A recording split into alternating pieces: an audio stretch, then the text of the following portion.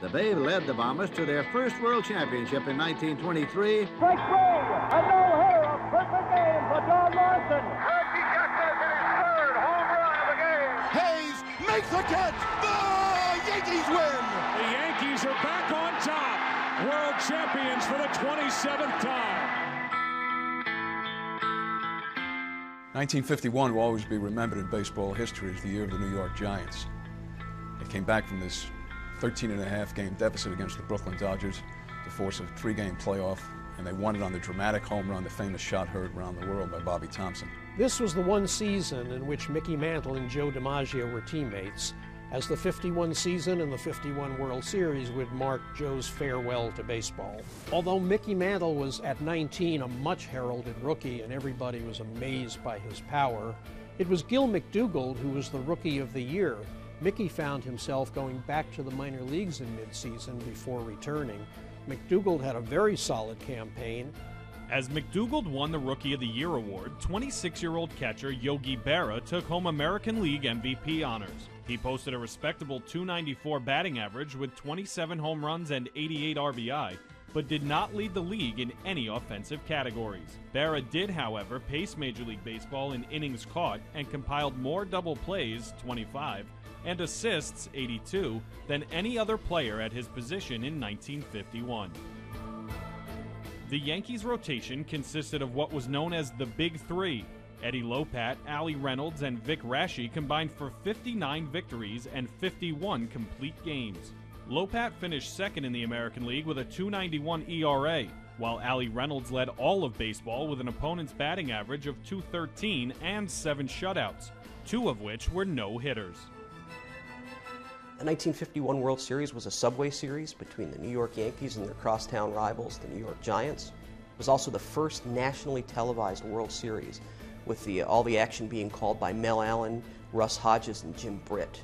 At the time, the 10 World Series that Joe DiMaggio competed in were a mark only equaled by Babe Ruth.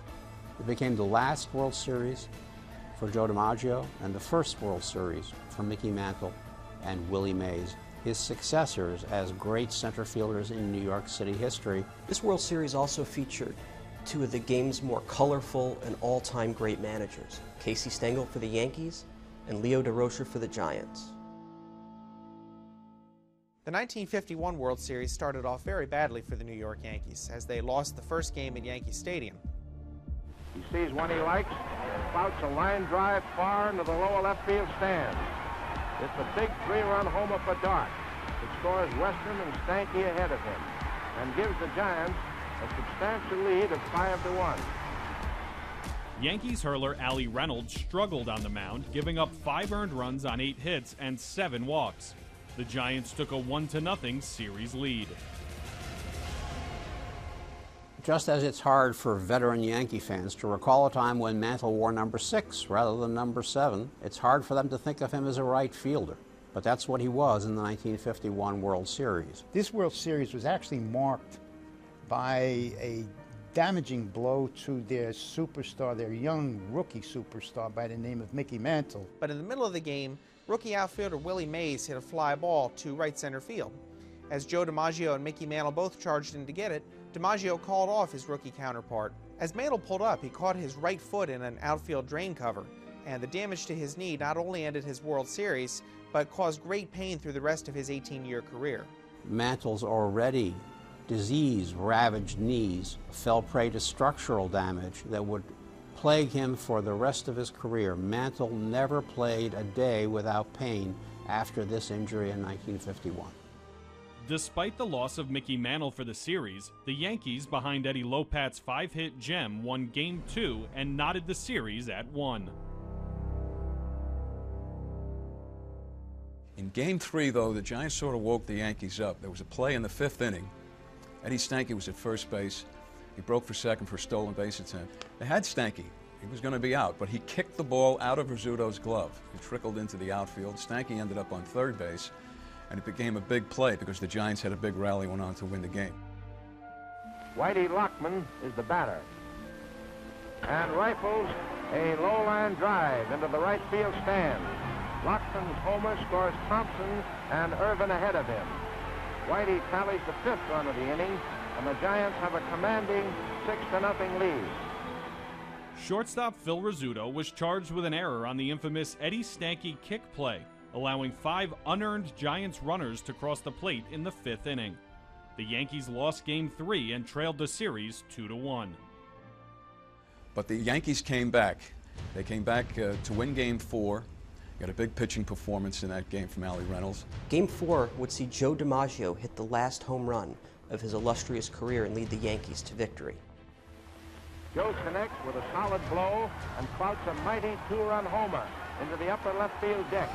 It's his 8th round trip wallop in 10 World Series, and the Yanks go out ahead 4-1. It's their biggest inning in the series so far.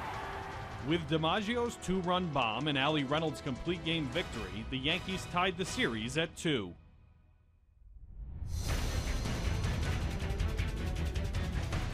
And then in Game 5, they just exploded. They scored 13 runs, including a grand slam home run by Gil McDougald.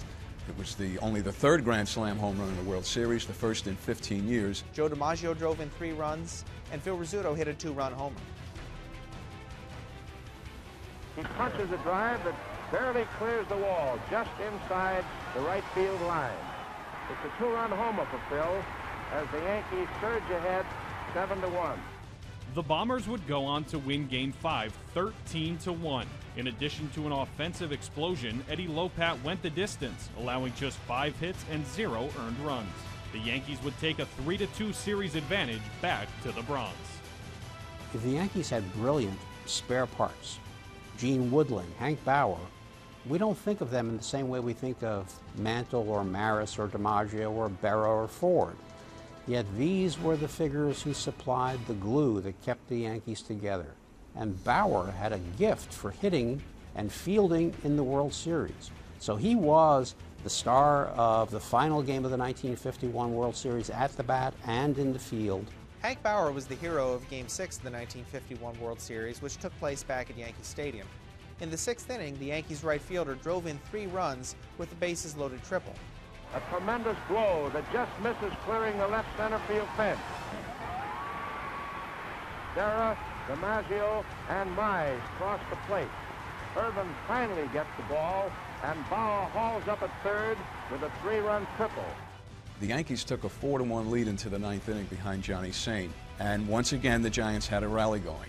They loaded the bases, and Casey Stengel brought in Bob Cazava, a favorite left-handed reliever of his at the time, to face Monty Irvin and Bobby Thompson, a couple of right-handed hitters. The first batter whom Cazava faced was future Hall of Famer Monty Irvin, who hit a long fly ball deep to left field to Gene Woodling.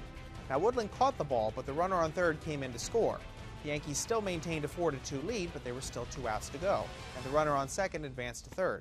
The next batter, Bobby Thompson, who a few days before had hit his famous shot heard round the world, also hit a deep fly ball to left field. And yes, it was a sacrifice fly, but that only made the score 4-3. Giants manager Leo DeRocher sent backup catcher Sal Yvarez in to pinch hit, and Yvarez hit a line drive to right field that right fielder Hank Bauer momentarily lost in the sun. At the last second, Bauer regained his line on the ball and slid in the grass, catching the ball just inches off the ground to clinch the Yankees' 3rd consecutive World Series championship. In one of the most dramatic, spine-tingling World Series finishes ever recorded, the Yankees defeat the Giants 4-3 and take the series 4-2. So although we think of 51 as the year of Bobby Thompson and the Giants, the World Series champions of that year were the New York Yankees. This was the Yankees' 14th World Championship and 3rd in a row. One big negative, of course, of this World Series, this was the last World Series for Joe DiMaggio. He hit his last World Series home run in Game 4. All in all, out of the 13 years that Joe D played for the New York Yankees, he had helped the Yankees go to the World Series 10 times, of which they won 9. An incredible, incredible feat. Phil Rizzuto finished the World Series with a .321 batting average and took home the Babe Ruth Award, which was given to the best player of the World Series. Joe DiMaggio, AL MVP Yogi Berra, and Rookie of the Year Gil McDougald each added 6 hits, while McDougald led the charge with 7 RBI. The big 3 pitchers, Rashi, Reynolds, and Lopat, were involved in all 4 decisions. Lopat recorded 2 complete game victories while posting an ERA below 1. The Yankees pitching staff as a whole recorded a 1.87 earned run average. After winning their third straight title, Casey Stengel's Yankees would look to tie a major league record in 1952. 4 straight championships set by Joe McCarthy's Bombers in the late 1930s.